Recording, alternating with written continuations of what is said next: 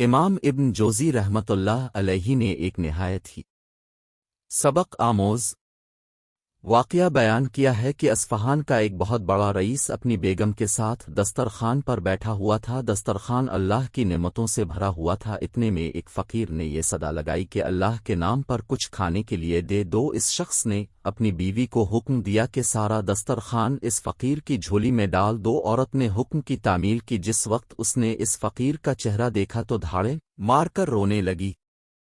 اس کے شوہر نے اس سے پوچھا، جی بیگم، آپ کو ہوا کیا ہے؟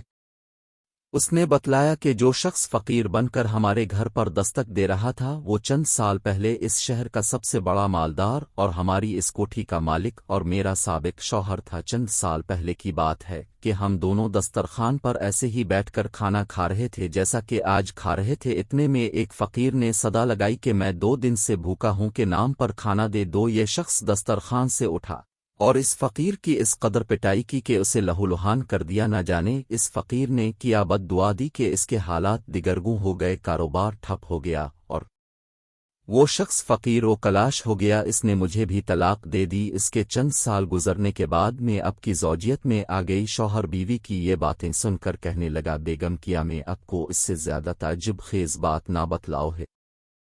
اس نے کہا، ضرور بتائیں۔ کہنے لگا، جس فقیر کی اب کے سابق شوہر نے پٹائی کی تھی وہ کوئی دوسرا نہیں بلکہ میں ہی تھا۔ کتاب البر۔